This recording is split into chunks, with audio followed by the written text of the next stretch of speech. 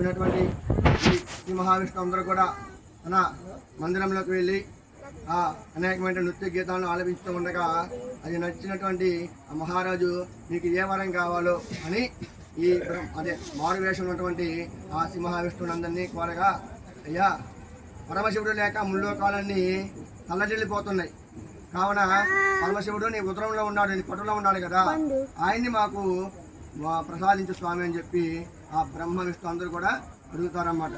అది ఉన్నటువంటి ఆయన అలాగేనయ్యా మీకు ఇంకా వరం ఇస్తానని చెప్పాను కాబట్టి అలాగే మీరు తీసుకెళ్ళొచ్చు అని చెప్పి ఆ గజమహారాజు చెప్పగా, అదేవిధంగా గింగిరెద్దు రూపంలో ఉన్నటువంటి నంది మన కొమ్ములతోటి ఆ ఉదరాన్ని చీల్చివేసి ఆ రాక్షసుడు యొక్క గజమహారాజు యొక్క ఉదరాన్ని చీల్చివేసి పరమశివుణ్ణి బయటికి తీసుకొస్తుంది.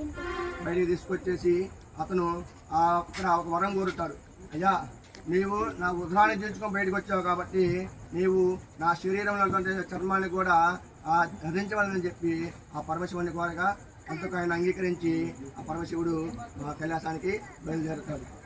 కైలాసానికి బయలుదేరగా అప్పుడు సింహవిష్ణువు చెప్తాడు, నాయన నీవు ఎవరు పడితే వాళ్ళకి రాక్షసులకి ఎవరు పడితే వాళ్ళకి ఇలాంటి విచిత్రమైనటువంటి వరాలు ఇవ్వద్దు నాయన, నీ వల్ల భూలోకము అదేవిధంగా దైవలోకం అన్నీ కూడా ఇబ్బందులు పడుతూ ఉన్నాయి అని చెప్తాడు.